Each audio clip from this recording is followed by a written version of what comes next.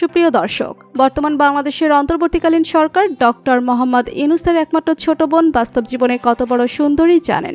বিস্তারিত জানতে ভিডিওটি না টেনে শেষ পর্যন্ত দেখতে থাকুন। কোটা সংস্কার আন্দোলন ও ছাত্র আন্দোলনের পর 5 আগস্ট প্রধানমন্ত্রী শেখ হাসিনা পদত্যাগ করতে বাধ্য হয়েছেন। পদত্যাগ করে শেখ হাসিনা দেশ ছেড়ে পালিয়ে যান। শেখ হাসিনা সরকার পদত্যাগ করার পর বাংলাদেশ সরকারের প্রধান উপদেষ্টা হিসেবে শপথ গ্রহণ করেন ডক্টর মোহাম্মদ ইউনূস। ডক্টর মোহাম্মদ ইউনূসকে নিয়ে বিভিন্ন সময় বাংলাদেশের আলোচনা ও সমালোচনা হয়েছে। ডক্টর মোহাম্মদ ইউনূস একজন সফল ব্যক্তিত্ব।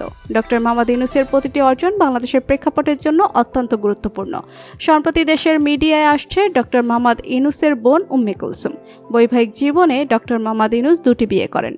ডক্টর মোহাম্মদ ইউনূসের বাবার নাম হাজী দুলাল মিয়া সওদাগর, যিনি পেশায় একজন জহুরি ছিলেন, এবং তার মায়ের নাম সুফিয়া খাতুন, এবং তিনি ছিলেন একজন গৃহিণী। 1940 সালের 28 জুন ডক্টর মোহাম্মদ ইউনূস হাটহাজারীর বাথুয়া গ্রামে জন্মগ্রহণ করেন। ডক্টর মোহাম্মদ ইউনূসের বোন উম্মে কুলসুম 8 ভাই বোনের মধ্যে সবার ছোট।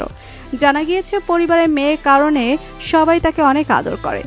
উম্মে কুলসুম বাংলাদেশের একজন অত্যন্ত শক্তিশালী মিডিয়া ব্যক্তিত্ব এবং কলামিস্ট। তিনি চ্যানেল আইয়ের television talk show Grameen phone পরিচালনা করেন, যেটা সাম্প্রতিক সময়ের সবথেকে জনপ্রিয় একটি TV channel. Umme Kulsum Meena media award জয়ীর প্যানেলেও কাজ করেন।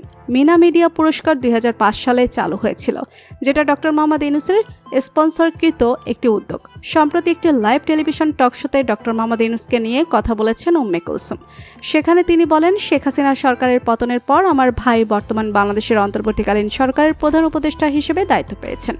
সবাই আমার ভাইয়ের জন্য দোয়া করবেন, আমার ভাই যেন বাংলার মানুষের জন্য ভালো কিছু করতে পারে। তো বন্ধুরা, বর্তমান বাংলাদেশের অন্তর্বর্তীকালীন সরকার ডক্টর মোহাম্মদ ইউনূসকে আপনার কেমন লাগে জানিয়ে দিন কমেন্ট করে। আর ভিডিওটি ভালো লেগে থাকলে একটা লাইক দিয়ে চ্যানেলটি সাবস্ক্রাইব করুন। ধন্যবাদ।